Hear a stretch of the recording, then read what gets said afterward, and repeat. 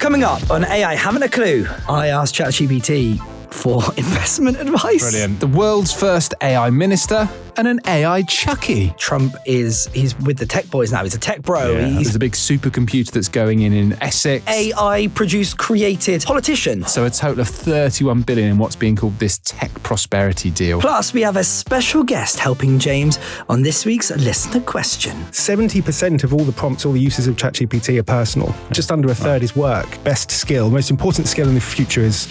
Hello and welcome to AI Haven't a Clue, the podcast where we are just trying to keep up with the ever-changing world of AI and boy is it changing. Just trying to keep up. Full stop. Yeah. My name is George. I am the tech novice here on this podcast. And I'm the expert, James Chandler.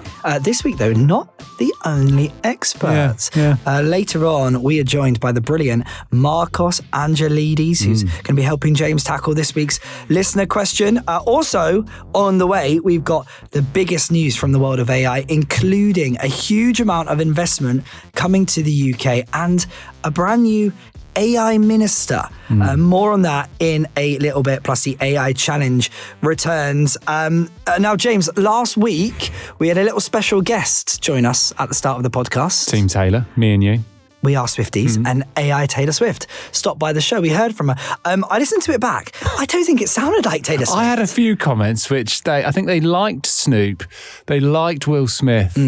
Taylor didn't quite live up to expectations. For those who missed it, let's just hear a tiny little bit from AI Taylor Swift. And it's me, Taylor Swift. Yeah, no, I'm not sold on it. Yeah. I think it needs work. It's dedicated Swifties as well. You can't do anything unless it's, 110%. So we'll park. You know what? Maybe it's a good thing for Taylor that her AI clone isn't very good. James, obviously we could talk about Taylor Swift all podcast long. I'd quite like to. I would like to too. I think it's a very different podcast though. I think so. So we should probably move back to the world of AI and looking at what's been making the headlines this week. And we will start with a huge story for the UK as our AI industry is seeing multi-billion-dollar investment this week. Yeah, it's huge. All tying in with the visit from President Trump, who's being sort of regaled around in royal carriages and that kind of thing at the moment. Sorry, did you say it's huge? It's a great country, great people. Microsoft have committed $30 billion to UK AI, so that's UK infrastructure. It's the biggest investment they've ever made outside of the US. They've been joined by Google, who are giving a cool $5 billion, and Nvidia, who of course make lots of the hardware and the chips, $11 billion. So a total of $31 billion in what's being called this tech prosperity deal. It's going to pay for things like new data centers. There's a big supercomputer that's going in Essex. There's an AI growth zone in the northeast of England, which I think is going to create over 5,000 jobs. So there's loads going into making the UK a kind of world leader in AI. Just on those three things, just let's quickly run through them. Data centers, that's what powers AI. Yeah, exactly that. Supercomputer? Well, that's I guess that's the bit that's doing all of the thinking. That's it. Think of that as the kind of the brain. And AI growth zone, what does that mean? That feels like that could be a sort of a press releasey type thing. But they've identified that the northeast and these 5,000 jobs, that's going to be an area where they're going to make the investment, where there's going to be lots of employment for people there. So, I mean, great that it's not all coming to London, which often happens with lots of these tech things. Absolutely. Now, this announcement has obviously coincided with President Trump's arrival in the UK. Why, though? They're private businesses. Why is it being wrapped up into the US government? I think there's if you read between the lines, there's something around trade deal, something that's kind of happening here. The relationship, the special relationship is kind of flexing the muscles on that. If you remember, we talked last week about how some of the AI CEOs, including Sam Altman, were actually coming across with Trump as well, almost kind of accompanying on this thing.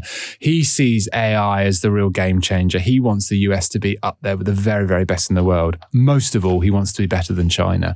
So this is kind of big geopolitical flexing in a way. I mean, they are huge sums of money, but for businesses like Microsoft, Nvidia, Google, I mean, they're not that massive. For us, they're big. So there's a bit of kind of flexing going on, and no surprise with the timing what's happened. It's kind of more good news with Trump being here. Yeah, and obviously we've talked about this in recent episodes. Trump he's with the tech boys now. He's a tech bro. Yeah. He's left industries, left the factories. It's all about Sam Altman and Tim Cook and the Zuck joining him for stakes at the White House. So this is part of his thing. There's been a lot of talk about this kind of UK-US tech pact, creating this kind of new AI tech zone. Is that good news for us as the UK, or are we just now going to be under the thumb of America even more? Well, there are critics that are saying that there's a sort of slight warning on the dependence. You know, the beauty with the UK in a way is that we could chart our own path. We can align ourselves with Europe. We could use Chinese LLMs. We could go with the kind of the US. It looks like we've gone in a certain direction here. Now, this investment is great. Don't get me wrong. It's going to create jobs. It's going to create opportunity. It's going to put us on the global stage. But yeah, there are voices that are saying, you know, the Prime Minister saying it's a generational step change. Other people saying, well, that does kind of put us in the back pocket of the US a little bit. Microsoft CEO Satya Nadella, who's obviously behind the biggest lump of investment, he's come out and said this could be incredible for the UK, could really make us an AI superpower alongside America. What's in it for Microsoft? What's in it for Google? There's been reports that there might be kind of tax exemptions or perhaps deals to entice them over here. I know that nothing has been confirmed.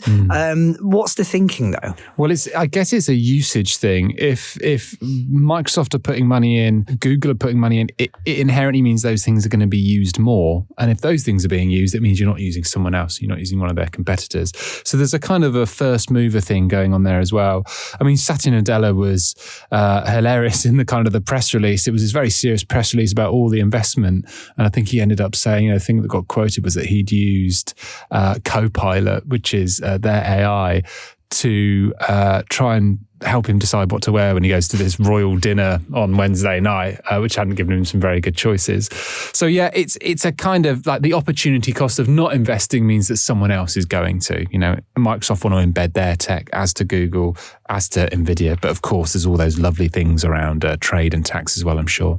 And, you know, we talked about it a few weeks ago, but these tech giants and the leaders at the top, whether it is Elon Musk or Mark Zuckerberg, whoever, Sam Altman, whoever it might be, they're wielding power right now. They're eating with Trump, and the next week they're with the royals, and like they're unelected, but they are having a big say on the future of now our lives in the UK. It's interesting. I also think we probably need to watch this space about creative IP and where the government now might stand in terms of protecting creatives like musicians. We've talked about that a lot. Yeah. That lobby won't have gone away. That's still a very, very loud voice. And I think those people that are lobbying government around that will not miss an opportunity here to say the investment's great, but, you know, what are you doing to protect copyright, that kind of thing. Spare a thought for poor Elon as well. He didn't get an invite to the Trump dinner. He's not on the plane with Trump. He's in with his sort of new best mate, Sam Altman, Elon's arch enemy. And I read this morning that OpenAI has just nicked 3 of the top engineers from XAI, which is Elon's one. So Elon will be fuming, not enjoying life at the moment in terms of AI. In the words of friend of the show, Taylor Swift, karma. Now, we will keep our eyes on that ever-evolving story. It definitely does sound like the UK government is putting all of its chips on the AI table. Let's see what happens. We're going to stay in politics now, though, James, but not UK politics, neither American. In fact, Albania. Albania? The Prime Minister of Albania, Edi Rama, has introduced an AI-powered minister. We think this is the first in the world for public procurement. So sitting in the cabinet amongst real-life cabinet ministers is this AI minister. Wait, sorry, as in not a human in charge of AI, as in like an AI-produced, created politician. Yeah, technically it's not official, so that Albania have a constitution. It requires all ministers to be human citizens. Well, that's a good rule. I'm pleased about that. So it's a sort of symbolic rather than legal thing. They're going to be doing lots of the stuff around public tenders to make sure that they're free from corruption, to make sure that the procurement and stuff is faster, more efficient, more accountable. All of those things that AI does brilliantly. But as I said, we think this is a kind of first in the world step in terms of using AI in such a prominent and symbolic way. I do sort of understand some of the advantages, weirdly, and you've touched upon their efficiency. There was a point about corruption, and obviously it's sort of human, which can be swayed by arguments or sides, or doesn't have any expenses they can misuse, all that sort of stuff. But also, I mean, it's quite strange as a concept. Is very unusual. I mean, are they going to be visualized? I mean, I can't quite get my head around it. I saw a picture where they were visualized. I don't know if that's going to be a kind of an ongoing thing where you have a seat and there's a sort of AI hologram like Tupac or something. I don't know. The opposition party in Albania have come out and said, it's ridiculous, it's unconstitutional. I kind of think this is the first dancer effect. So if you've ever seen that sort of brilliant video at a festival, this guy's just dancing around wildly and he's kind of on his own for the first 5 minutes and he kind of just looks strange. Someone goes and joins him, and then a third and a fourth and fifth, and suddenly everyone's kind of joining. So I think this is just a sort of a marker to say we're going to do this. I think other smaller nations potentially, I mean, could I see it happening here or in the States? Not sure. But I think people could follow suit on this. I think it'll be one to watch. My big question is, who has made this AI minister? Like, what is it built on? Because obviously if it's a particular party and it's built on a particular point of view, it's going to act in a very different way to if it's neutral. So that's my big question mark over this. Yeah, I shall discover and report back. Looking forward to it. We're going to stay with the role that AI can play in kind of policy, if you like, because reportedly AI is saving the NHS millions of pounds.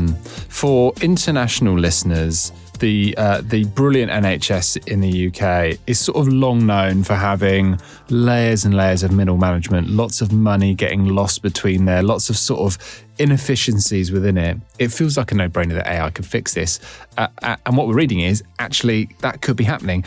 There's an app that's been developed by a home care provider and it's saving the NHS, as you say, more than 1.5 million a day. A day. It's cut hospital admissions for elderly patients in half. It's used by 10,000 nurses and carers, and they're doing, somewhere around 2.5 million monthly visits. It's tracking all sorts of things like blood pressure and heart rate. So it's doing that sort of brilliant thing. Wes Streeting, the health minister, came out and said he wants an NHS that's all around prevention rather than cure, because if you get people to stages where they need operations and they need care, that's costing money. Yeah. If you can use technology in a smart way to spot the signs and spot those patterns up front, guess what? You save loads and loads of money. So it's a wonderful example of how AI is being used brilliantly here. Yeah, that's extraordinary. The fact it's cut elderly patients being admitted in half is extraordinary. I'm assuming that's sort of half of the people that are using this bit of AI. Yeah. But if that's the case, I mean, inevitably it's going to be rolled out across the UK. Yeah. Well, the CEO of this company, Sarah, he's come out and he said the savings could fund another 25,000 nurse salaries for a year or 40 million GP appointments. So it's not just about taking that money out that you save, it's about where you're going to reinvest it as well. So, AI isn't costing you money in this sense. It's just a brilliant way of just trying to apportion things a little bit differently. It's got lots and lots of praise. And obviously, as I said at the top, something like the NHS, which sort of infamous for being riddled with inefficiencies and all these sort of layers. No one's really been able to crack it. This feels like a pretty good go.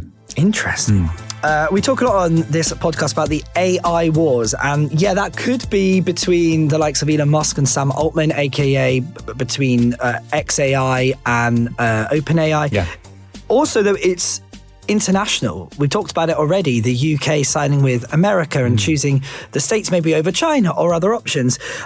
Meta, obviously one of the world's biggest tech businesses, they're kind of embroiled in this issue where they're working very closely, obviously, with Trump. We've talked about that already, wanting to be very pro-American. That's this new wave that's happening. But they've got their ties to China and they can't necessarily wriggle out of that.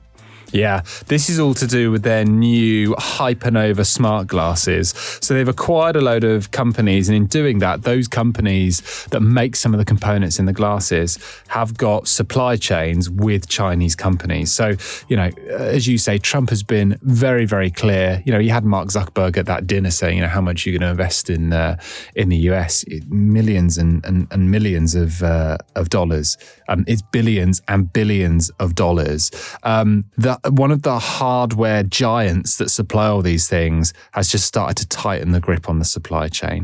This will be music to Trump's ears, no doubt, because he's saying we kind of should be making it in California or something like that already. So Meta is trying desperately to try and diversify some of the production. Maybe it's Trump pressure, maybe it's this, into places like Vietnam, into Japan, obviously trying to build stuff into the US. But it's this very kind of uneasy tension that Mark Zuckerberg has come out and said, look, very publicly, I'm trying to move away from China into the US. But, it's pretty clear that they still depend quite heavily on some of these Chinese hardware manufacturers. This is just one supplier of lots that they might be using. So it's kind of interesting how it's starting to play out, and definitely not easy. I think Apple have said similar things. For us to come and build the iPhone in California, like you'd want, Mr. President, is probably going to cost people about £600 more a handset. And we actually don't think people are going to pay that. So there's this interesting tension going on. How do you satisfy what Trump wants in order to avoid tariff, taxes, all that sort of stuff? But at the same time, the cost ultimately is going to get passed on to consumers. Meta and Apple should think about giving him like a state dinner. Seems to be working pretty well. Loves a carriage. We are several months into this podcast, and I said it at the start, and despite the fact that I know a little bit more about AI now, still don't get the whole wearables, still not sure about the smart glasses. Prove me wrong, Meta, but I don't know. The interesting thing is, this world of AI, it covers the biggest things. We've just talked about £1 billion investment in the UK. We've just talked about AI wars. We've just talked about saving lives and millions of pounds with the NHS. But it's also the small things, it's also the silly things, it's also the ridiculous. Like this next story, where AI and humans have gone into a musical showdown. This has happened in Japan, where a Japanese girl group were at the heart of a big public competition. Yeah. AKB48's 20th anniversary. Catchy name. Yeah, I know. They probably need to work on the name a little bit. To mark this 20th anniversary, their founder competed against an AI, Akimoto, trained on his style to start to compose new songs. So fans basically got to choose between the two tracks. The one track, which was written by a human, one was written by AI, and crucially, they didn't know which was which. The AI version won by around 14,000 votes. The human version only got 10,000. So it was this big live TV. The AI song beat the human People song. picked it without knowing that it was. They thought it was better. No way. So how was the song made? Like, what did AI do to make the song? They used Gemini, which is Google's technology. So they generated all of the lyrics using AI. They chose performers. It did all the melody. Humans sort of arranged the final mix and did the track, but all of those elements were created by AI. The founder came out. He said he was disappointed by the result. I bet he was. But he praised it. He's kind of putting it into the hands of the people, and sort of used it as an opportunity to sort of highlight some of these wider concerns about AI's role in creativity and jobs, and this thing we keep coming back to with Elton John and Dua Lipa, which is around this sort of artistic originality, which is kind of interesting, isn't it? It's so interesting. And the one thing I would say is, when we talked about it in last week's episode, where AI is basically taken a whole load of IP from the history of media, and it can now obviously create a half decent song because it's built on human creativity's past. Now, that's where the issue is, because AI has created a song using this songwriter's history of musical composition. So this song kind of has been written by him in a way. Now, the issue lies if he doesn't own his historic IP, the songs that he's put out into the world over the last few decades. There's an issue there going forward, isn't there? It's sort of taxing for your brain to get around it. And the reason it is an issue is because there isn't regulation saying what can be done and what can't be done around copyright here. It would be so much easier, I think, if government or regulators could come out and say, well, this is going to be okay, this isn't going to be okay. So you could start to make some decisions. So if there is some sort of ownership, then an AI does create something, there's reward or compensation for people that create it. That just doesn't exist at the moment. And certainly where it might exist in pockets, there's no alignment globally or from market to market, however it works. So that's something to get right. And as we know, we always come back to the tech just moves so much faster than the regulators and the government can on stuff like this. Yeah, interesting. There's so much news in the world of AI right now. It's hard to keep up even for us. If you would like to follow our Substack. We send out a few emails every week, just trying to help break down this world of AI. You can find details of that in the show notes or on our social media. I should also say, if you know anyone that is maybe a bit confused or potentially even a bit kind of scared about artificial intelligence, that's what we're sort of here for with this podcast, to help people understand the big topics, the talking points a little bit more. So do share this podcast with them. And if you do enjoy it, honestly, it would mean so much if you could subscribe, maybe even rate, follow and comment. It does mean a lot, and we'd be very, very grateful. Did I do a good job of selling, James? You did an excellent job. And I should say the podcast, I think, probably started out as a sort of a thing for George to vent all his frustrations and the fact he didn't know stuff. Turns out a lot of people feel the same. So other people are kind of getting benefit from it as well. But to peel the sort of the lid back a little bit on it, like the WhatsApp group for what news we should cover is just insane week to week. I mean, we could be doing 100 articles. There's so much going on. But that's why it's great. We're all just trying to keep up, as we said at the start. Now, to help us keep up this week, actually, James, even though you are our AI maestro, thank you. We have brought in just a little bit of help this week to ease the burden on you.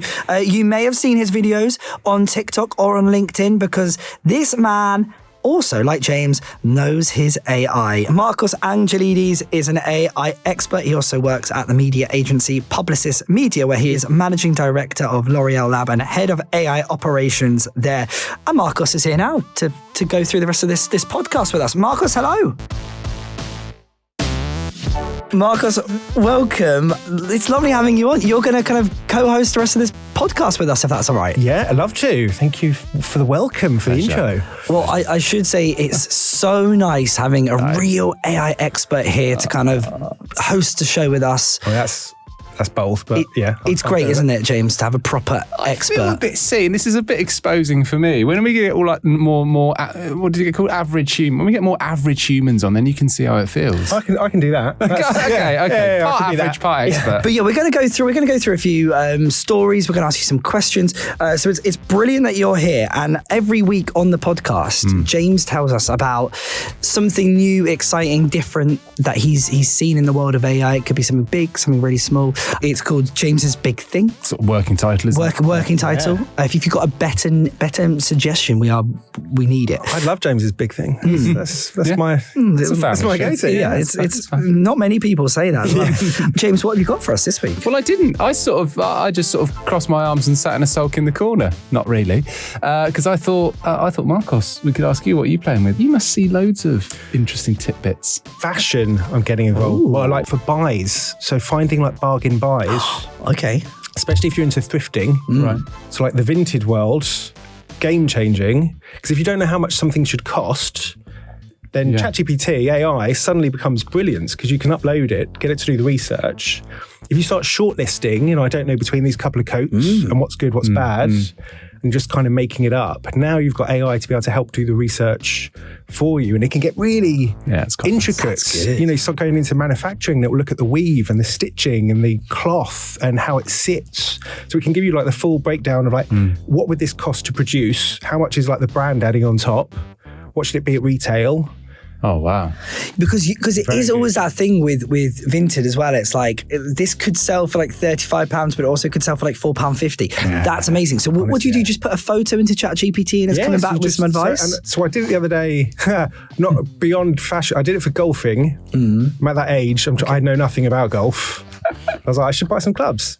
It'll look good. I should try. Know nothing about it, so I have no idea what it should cost, nothing. Don't know a single thing. So I shortlisted a few, and then I just very honestly said to AI, like, I am an imbecile. I know nothing. Like, give me advice. Help me out. Am I overpaying? Should I be asking for something else? What should I be looking for?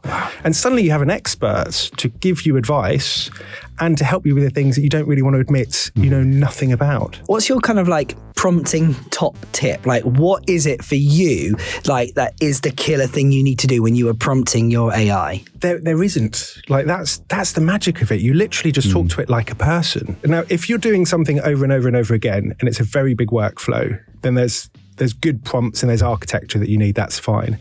When you're trying to stumble through and understand something, talking to it like you would anybody else and breaking it down it's always the best way. Like you wouldn't, whether it's a friend that you're talking to or whether it's a colleague, you wouldn't just talk at them in a monologue for 5 minutes. Like, I'm going to talk at you, tell you absolutely everything. You have no opportunity to respond. I want you to go off and do it perfectly the first time. Like you would never expect a human to do that. With AI, weirdly, we seem to, we want to do it rather than just saying, I've got a random idea, let me know your thoughts, let's build on it together. And within a minute, within like a fraction of the time, you get to a really, really good response. I remember about 3 years ago, I and lots of people were getting very excited about this idea, this sort of profession around like prompt engineering. The idea you'd have to learn how to do prompts. And very, very quickly, someone at Microsoft said to me, we're not really thinking like that. We want to design it so that someone who has never ever come across this thing before could use it. In the same way, I guess Apple did with the iPhone. There's no instruction manual that comes with it and tells you how you need to do it. It should just be that it's kind of at your fingertips. So yeah, prompt engineering is probably sort of sunsetted into the distance. And we don't really need to know how to do this thing. Anyone could kind of do it. Especially for normal personal uses. Like when you've got real work, really specific things, it's different. But the research from OpenAI, I don't know if you saw that, they've published like analysis of 1.5 million prompts that OpenAI just had a little look at, start figuring out what people do. 70% of all the prompts, all the uses of ChatGPT are personal. Just under a third is work. People are using it just in their everyday life for cooking tips and fashion and vintage and golfing and travel. And so, that becomes, if it's personal life, you use just personal, natural language. You shouldn't be trying to come up with a whole new different style to communicate. Just talk as you always would. I mean, it's really simple. Have you tried it, George, where you've had a conversation, you do sort of stream of consciousness where you can just talk to it? Because a lot gets lost in typing as well, because you're kind of self-editing. Have you done it in that way? I mean, I wouldn't say I've had a conversation, but I've 100% used the voice feature and just thrown a load of stuff at it and gone, give me an answer. And you're right, it really can. I mean, even if you're asking it a question and it's like, who was the 15th president of the United States of America? Who was it? Like it's Who was it? Let me just open up my... That's a shame.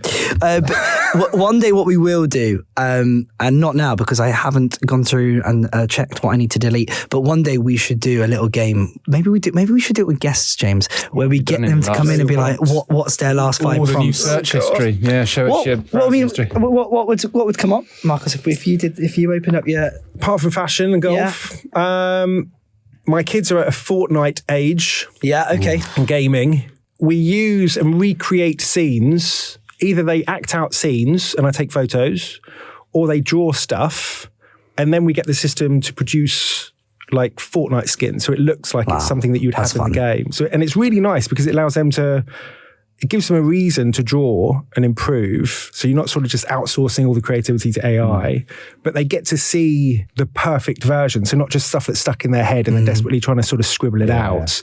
They do that, but then they can see the perfect thing that they can imagine.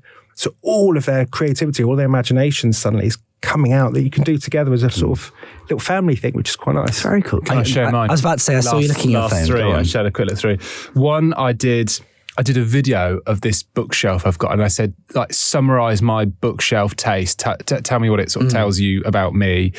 Synonyms for morbid curiosity. Oh, yeah. Okay. Which is a weird one. Got things like that. Yeah. And my son fractured his wrist at the weekend falling off some monkey bars. So I was uploading a load of the notes they gave us from the outpatients thing to try and sort of make sense of it. I have just looked at mine and I hate this. Do an intro for AI, haven't a clue. Honestly, if AI was doing these, they would be so much better. Right, this is ridiculous. I got given a sign-up code to one of those trading apps. Okay. Where if yeah, right. So if you join, you get a free thing. So I registered and I asked ChatGPT for investment advice. Brilliant. What have we talked about? I didn't necessarily. What have we talked about? I feel embarrassed, but is this an environment I can share in? Because I feel like I've just... What are you up to? Are you like... Some sort of crypto I will keep you up to date with how my ChatGPT financial advice is going. So are you actually doing it? Like, so you got the advice? Yes. You started to... Are you... I won't lie, it gave me very, very simplistic. It gave me a very, very simplistic response. It told me to invest in Microsoft and Alphabet. Shock. There we go. So that is billions advice right there, isn't it? There we go. Stuff. There we go. Well, we'll know because you'll just stop turning up for this once you've made your millions. Once I've made Summer Millions. Oh, brilliant. He's He won the Microsoft lottery. Yeah, right. James, what was this thing I saw about an AI toy? Yeah, this is funny. It's a new AI-powered stuffed toy. It's a little alien called Grem. It was created by Grimes, who infamously was... Called Grem? Grem, yeah. What an awful... Grem by Grimes. It's a terrible name. It's an awful name. Why would anyone want a toy called Grem? Anyway, it's made by a company called Curio. It uses OpenAI's tech, and it's sort of marketed as a healthy alternative to putting kids in front of screens, basically. A Guardian journalist got to play with this thing with their 4-year-old daughter, and the daughter just very, very quickly got quite attached and bonded with Graham to the point where they were like, this is sort of getting a bit problematic. It was affectionate, sort of have empathy. As you went on, though, it was doing that thing that AI often does, which it just sort of self-affirms, kind of tells you what you want to hear. So there wasn't much of that going on. The story kind of goes on, but eventually the 4-year-old kind of abandoned it and kind of moved on. But interesting, it's kind of moving into that space. I remember us talking about like maybe if Hasbro got into this space or Mattel or something like that, it could be kind of interesting. It's kind of creepy. When we say Grimes, are we talking about the music artist Grimes? Elon Musk Grimes. Elon Musk's infamously married to partner, Elon. Okay. This sounds kind of disturbing. This is giving me big horror movie vibes. It is. I mean, because one thing I liked, I think it records and dictates all conversations. Right. Is that right? I think so, The yeah. article, Yeah. so the parents get to see it, which on one hand is great because then you don't need to worry, is the sort of conversation going sideways, and you can know if anything's popping up. On the other side, though, I started to think, just the moral side of like, should a parent read a diary? And therefore, this is almost like a diary. It's an interactive diary. And then, like, what responsibilities do you have to your kids of being like, go off and do it, and it's your friend, but I will be watching, I will be listening. But it's understandable that parents would want to. So I think that's weird. The other side I was thinking about was programming the systems so they reward not good behavior, but being polite. Yeah. Etiquette. And we've already seen this play out with smart speakers over the last 10 years. I was involved with a research group who did a load of stuff into smart speakers' impact on kids and their behaviors when they first came out. And it's really interesting because kids generally under the age of about 10 are very like animistic. So like everything like animism. So everything they ascribe like a sort of a soul and identity to, which means they don't see any difference between a piece of technology and a person. And therefore they don't see any difference between the way they should communicate. So because smart speakers don't reward being nice, you just bark orders to it. You just say, turn the music on, turn it off, stop, play me this, play me that. And it's very demanding. But then kids can understand, if you can do that at home to Alexa, I can do that to my teacher at school. And obviously the teachers at school weren't that happy about that. So there's something around now AI, and this is being built into LLMs, where you reward being nice, gets you to better outputs. And that's going to be really important for kids who are still learning to communicate and to understand there are differences between technology and people. But ultimately, being nice is the best way to be. It is. But that's kind of interesting. And I don't know where they've got to with Grem, but that's going to be something interesting to interesting. see. I mean, we've gone from a generation of iPad kids to a generation of the future generation of AI kids. Yeah. Kind of terrifying. Do you remember when we got that quote from Sergey Brin, who was saying the best way to get what you want from an AI is threaten to kidnap it? Treat it me. Treat it me. Get in. I'm going to kidnap you unless you give me this thing. Oh, shocking. Well, maybe. Marcus, it's so great having you on the podcast because every week, James, he muddles his way through the AI question.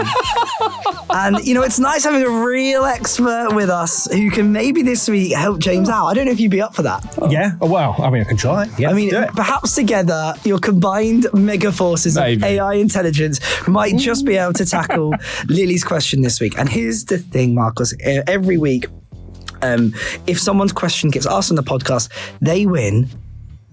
This is huge. Here we go. An AI haven't a clue mug. Whoa! Yeah, I know. Everybody's after one. Is it an AI mug? Like Grem? Grem? Yeah, I mean, we're listening in. We're listening in on every winner all across but this week's winner of said mug is Lily, who has asked this question, and it is tricky. James, obviously, usually you give an incredible answer, but actually, this is difficult. Both of you might be needed here. Lily asks, in 10 years, how do you think think the average person's relationship with media will have changed because of AI? Will AI give smaller creators an edge over traditional media giants, or the opposite? So let's start with the first part of that question. In a decade time, how do you think the average person's relationship with media would have changed? Wow, because we've always been very good at predicting 10 years out. That's easy. Easy softball. Yeah, one. 2015. Generally, what we've seen is tech breaks down barriers to entry. So, the rise of creator economy, social media, everything we see is people have more freedom now to have their voices heard, which is brilliant. So in that respect, AI should make it even easier. The one problem we've got is you don't want those voices drowned out by like an infinite number of virtual voices. And that's the big sort of question about like dead internet theory. Where do you go? Like, how do you know who you're talking to, if they're real, if they're not? So there's elements around that you've got to watch out for. I think what's more interesting, I think it's like an Amazon sort of Bezos sort of style, is like, what's not going to change rather than what is. And the forms of the media platforms themselves might change. AI is going to make it more interactive, more different, more interesting in many, many ways. But why we go there isn't. People are still going to want big tentpole moments, big, cinema, films, TV shows, water cooler moments that aren't personalized. So, we all saw the same thing, so we can have a proper conversation about it and debates and what did we like and what did we not, and talking about Game of Thrones still 10 years from now. Do you agree, James? Do you think, because obviously everything is becoming increasingly algorithmic and personalized, and 10 years ago we had far more big water cooler moments than we do right now. You could probably list them on a couple of hands, the World Cup and traitors and all that. But do you agree that we will still have those big mass moments? Yeah, I think they're still going to exist. I think you will get into, though, media is going to get more hyper-personalised. It is that algorithmic thing clicking in the background going, well, you kind of like this, and people that look like you kind of like this thing as well. It's happening on Spotify, it's happening on Amazon, it's happening in my Insta feed around ads. So that is going to get supercharged, there's no doubt. Discovery is still going to be really important. Particularly if you're a brand and you're a new brand, you still need a way in which people need to discover you. I'm not always necessarily going to buy exactly the same toothpaste because that's what I've always bought. You need new entrants in order to do it. So discovery is going to be important with AI. And I think that's probably about how you learn how to kind of feed and train the models in the same way that we've done for years and years. We've let the Google spiders crawl our content and we've been told to build it in a certain way so it can do it. That has to change now because guess what? It's not just Google doing it. There's a load of other companies as well. But yeah, it's definitely going to get more personal. I don't necessarily think that's a bad thing. More of what I like, that sounds okay. But when I want to, I can sort of put my head above the parapet, go and hear some other voices, go and get some other things. I mean, the role of publishers there, I think, is going to be really important. Yeah, I mean, that we have I have a slight disagreement on that, because I do think when you lose those mass moments of culture that you touched upon, I think it's a bit sad if everybody is in their own individual lane and there are no moments of mass culture. But that said, it seems like we are trending towards having... But what do you then get to debate and argue about? That's the fundamentals of human behaviour. Yeah. We both saw something. You saw the same thing. Your interpretation of it is absolutely the opposite of each other, and then you can argue about it for weeks, months. Yeah. So if it's too personalised, like you said, it just becomes a vacuum. You can't debate it with anybody else. And I think that's fundamentally what we enjoy doing. It's not even like we do it because that's how technology's been in the past. That's what we actively seek out. And I don't think that's ever going to change. Yeah. What do you think about the second part of that question, Marcos? Do you think that AI will give smaller creators an edge, or are we still going to be turning to the BBC, ITV, Netflix, Disney for our moments of media? Both. Such a boring answer. Both. Good answer. I think the creators will continue to grow. I think their prominence will be even bigger than it is now. So that won't change. And I think there'll be more voices and more interest. The discovery's a big part of it. Like, how do you figure out who's relevant for you? But then even if what we have now versus 10, 20 years ago, the amount of content we're bombarded with now, if we told ourselves 20 years ago, they'd say that that'd be impossible. You'd just drown. But, the algorithms are very good at surfacing what we need. So that's not going to change. Again, though, human behavior, we all like to gravitate towards something that everyone else likes. I sort of get in debates about this around technology. Facebook and Google and the others didn't set out to become giants and empires, it's because we all like using the same tech as everyone else. And if you've got a search engine that's generally better and all my mates are using it, I may as well. Same with social media, same with e-com, same with everything else. So big platforms, I think, will always be there because it reinforces a quality level of everybody I know and I care about and respect likes the content from this place, so do I. So I think it'll be a nice mix of creators independently and these big monoliths, not because they're trying to take over, but because everybody just agrees these places are just brilliant for content and sharing stuff with the world. What do you think about platforms, James, in the sense that will we still be consuming media on our TV, on our phone? Will it be something completely different in 10 years' time? Yeah, but definitely yes. But there'll be additive things. There'll be other things that are sort of connected to us. I remember getting very excited about hearables, and we saw that. We saw with the new AirPods, they can do that sort of live translation. The idea that you could have a little assistant in your ear kind of permanently. I can see kind of Aura Ring or something on Marcos here. Wearables are going to come into play. We're not going to stop watching telly and screens and stuff like that. What we might define it might be slightly different.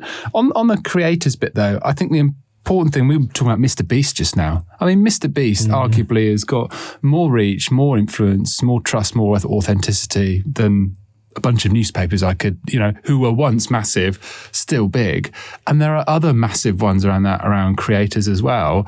I think if your younger generations are growing up with creators as these big, they are the media giants.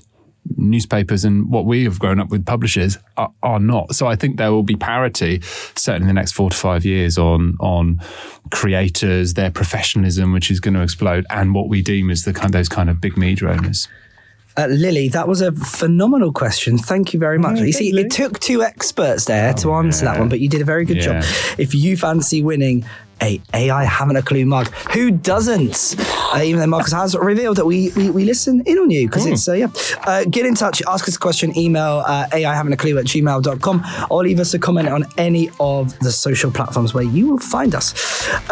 Marcus, as you are here joining us on the podcast, I would love to pick your brains a little bit. You have got a fantastic AI knowledge. I am always seeing you on LinkedIn and on TikTok. What's your TikTok name? Just my name, Marcos Angelides. Well worth a follow. We touched upon this a little bit already, but how are you using AI in your everyday life? And is there anything that you're doing that everybody else should do? A lot of the time, it's just me trying to get my head around a topic I don't understand.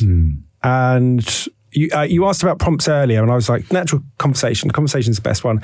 One thing I do like is sort of reverse prompts, I sort of call it. So I basically say, I want to learn about something. I don't even really know enough to know what I'm supposed to ask you. So you like flip roles. You ask me questions so we can figure it out together. Ask me and ask me them one after another. Don't just sort of give me a whole list. So sort of interview me around 3 to 5 questions, otherwise it'll go on forever. And then together we'll sort of explore, and I'll try and articulate as we go what it is I want to learn, why I want to understand about car engines or fixing the roof or marketing effectiveness or whatever it is. And it's a really lovely way. And when you were talking earlier about using the audio, I think that's really important in situations like that, because when you can naturally talk rather than type, you end up saying things that you wouldn't have thought you would have. So it's not just, you're just spilling out as the ums and ahs, but you end up talking about things that you would have self-edited out had you written it into a prompt. And you end up being in a place where you go, I didn't even really realize that's what I was asking for, but now I'm there and it's quite an interesting space. So really flipping it with AI and getting it to prompt you, I find like a really nice way to run with it. What's your Gen AI of choice? Are you a ChatGPT guy? Do you like Gemini? Is it Grok for you? I do love ChatGPT. Love it big time. The two for me, and it is related with work, ChatGPT and then Google. Like and a lot of that LM and all that sort of stuff. And a lot of it's to do with the privacy side. So OpenAI was phenomenal. So ChatGPT from early on, and they do have brilliant enterprise solutions which help. Google from a tech side is phenomenal. From privacy sides, there should be no more worry using that in many ways than sending an email to somebody. So, it removes a lot of, it's not a simple, I'm not saying all data privacy is that simple, but it removes a lot of the concerns you might have otherwise. And then the tech and the features are phenomenal. Yeah. But you're constantly like using different things. Anthropic's really good. Yeah. And then you get into Kling and, everything else in terms of from a visual side. And it's almost, it's an infinite number that you could use. Let's talk about working lives. What are your predictions for how AI is going to continue to reshape the way we work? And equally, as employees, as human beings, what are the skills that we need to have now in order to have a successful career in this AI world we live in? Like you said about the news from the news, I mean, it's changing every day. So like the news is changing, the features are changing, the skills we need therefore are changing. I loved, it was one of the top scientists at Google, I think said the other day, it was like, the best skill, the most important skill in the future is the ability of learning how to learn. Which seems like weirdly cryptic and but I kind of like that because it sort of speaks to where I've always been. I think our industry is in general, which is, people who are really curious, who don't want to sit in a box, who like to understand what's going on in the world around them, who get really nosy, who want to understand, what's the person next to me, what's their skill set, what do they do, who are constantly trying to experiment, who are interested in psychology and what people think and do. For them, this, the AI world, I think is just phenomenal because you can learn and iterate and build new skills infinitely quicker than you ever could before. So the old days, sort of from an industrial revolution side of, sit in a box at a cubicle, do this one job, don't ask questions, just get it done. That is going away. But I would say for 99% of the population, they're quite excited by being creative, having new skills, experimenting, doing new stuff, which I think is really a great place to be. Yeah. You can't really get it wrong either. I mean, I know we talk about some kind of horror stories, someone believing Jennifer Aniston and it cost them lots of money. There was an MP this week who got in trouble because people thought that they ChatGPT'd their speech in the House of Parliament. Yeah. I mean, I'm saying you can't get it wrong. But it's great that. It's good when it does go wrong. How did they know? Was it just a jab? Well, I think we had it the other day though, like with the former United player Garnacho, who's written something, leaving Manchester United, moving to Chelsea, and everyone's like, "Well, we know now, don't we? Yeah. We're all using it." It was like 98%. Yeah, well, those checkers can be well off. And someone said that to me. Yeah, it shouldn't be possible. Some of the best ones. One of the best ones, it was a little while ago, so it's probably improved. One of the best ones was 98% certain that William Shakespeare's Macbeth was written by AI. But I guess if things have been, if it's judging it based off things that have been input and data from the past, but maybe we owe Garnacho an apology, James. No, we don't. We definitely don't. He ChatGPT'd it. All right. Finally, what do we need to look out for? What's the tech that we should keep our eyes on in the coming years that's getting you excited? The world of audio and video. We're barely scratching the surface, and we're talking about with the LLMs that are here already. The second you put it onto voice, the second you put it onto vision, it is phenomenal. So I'm not just uploading like images with Vint or anything like that. It's you can do screen share and you can have videos, video calling AI, and to then look around the house and for anything from my plant's dying. I don't even know what kind of plant it is, but what's wrong with the leaves, and it can give you real visual outputs. I used it for lasagna the other day, which was brilliant. I was trying to make a bechamel sauce. Haven't done that for a while, right. And I didn't know like the consistency. And obviously, if I'd read a recipe article, it would have burned by the time I did, or even looking at a YouTube video. Yeah.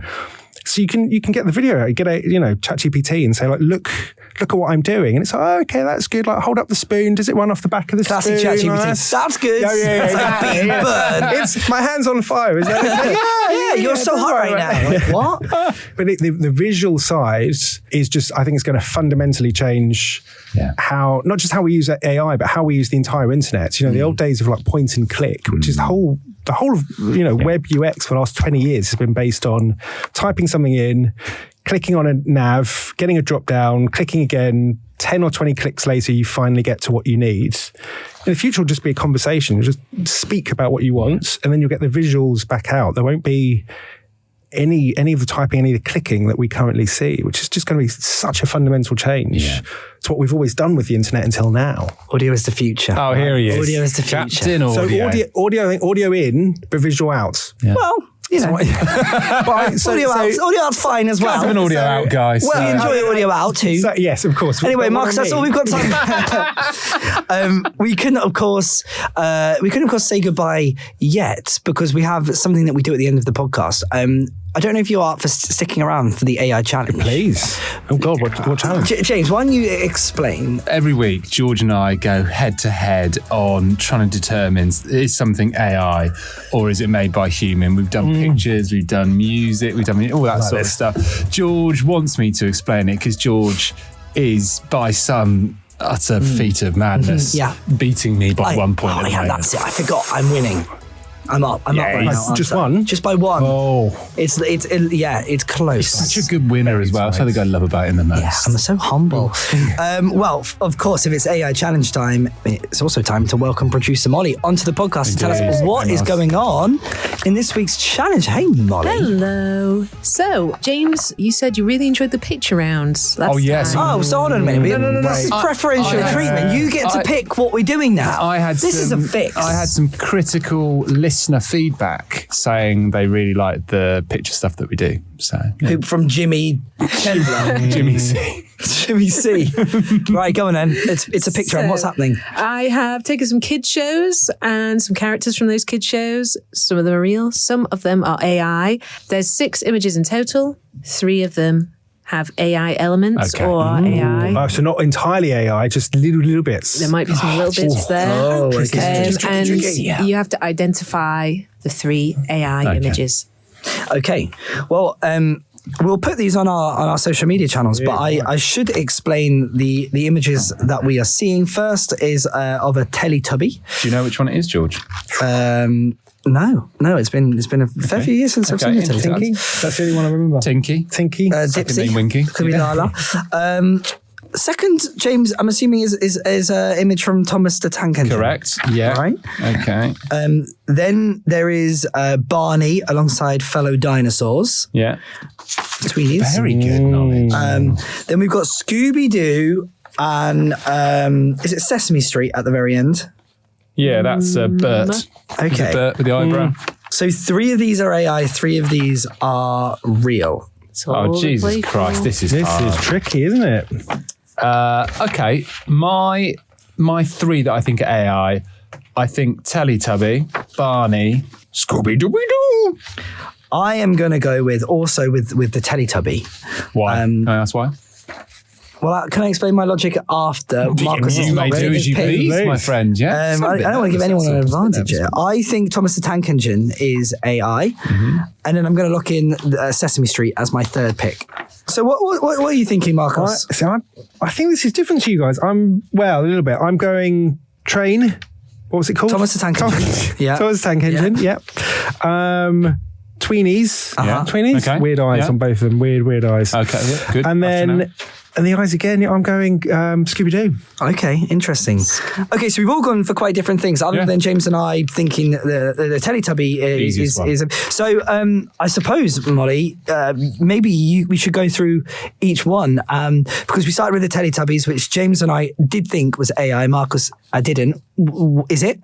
It is AI. Change of colour. Thomas the Tank Engine, James thinks is real. Marcus and I think it's AI. What is it? That is real. Oh, I think her name's Elizabeth. So James is on 2 points. I'm on 1. Yeah. Marcus is on none so far. Barney, James and Marcus both thought AI. Yeah. I didn't. Barney is part AI, that one. Okay, brilliant. So that's a winner. I think the little dinosaur in the left, he does not exist. That one was an AI. Yes. Okay, the Tweenies. James and I thought real. Marcus thought AI. Molly, what's the answer? That one is real. Real. Okay. So it comes down to this. Scooby-Doo. James and Marcus thought AI. I thought real. The answer is that is a real image. Oh, man. Those are Scooby-Doo's cousins, Scooby-Dee and Scooby-Dum. That's just ridiculous. That's why we need AI to stop coming up with stupid names for his Lied to cousins. me. And the final image, I thought AI, James thought was real, and Marcos, you thought that was... No, I thought it was real. You thought it was real, and it was, Molly? That is AI. Wow. I mean- yeah. Well, look, bad news for Marcus is you've lost, I'm afraid. High five, James. I'm not. It's 2-2. James and I draw that point, which means I stay in the lead of the AI challenge. You don't have to clap, honestly. My job's sort of safe for another week, isn't it? You're through to the next round. He's doing so well in the other stuff. It gets the best of us, that AI challenge. And the Really worst of does. us. That is. And brings out the worst in me, for sure. Trust. Well, on that note, we're going to say a huge thank you to Marcus for joining us on AI Having a Clue this week. What a pleasure and a privilege having you on. Please do come back. We would love to chat again. Yeah, 100%. That is all we've got time for on this week's episode of AI Having a Clue. A huge thanks to Marcus for joining us. Thank you for listening as well. If you've got a question, if you've seen something cool in AI, if you've got a weird story about AI you'd like to share with us, then do let us know. AIHavingAClue@gmail.com. You can keep up to date with all the news in the world of AI with our Substack. You can see it on LinkedIn or in the show notes. We'll put it there too. And don't forget, if you fancy, subscribe, rate, and maybe even share the podcast with anyone that you know. We'd appreciate that one. Very much so. We'd appreciate that. Thank you to Team AI Having a Clue, Molly, David, and Alex. We will catch you next time. And remember, James, Stay curious.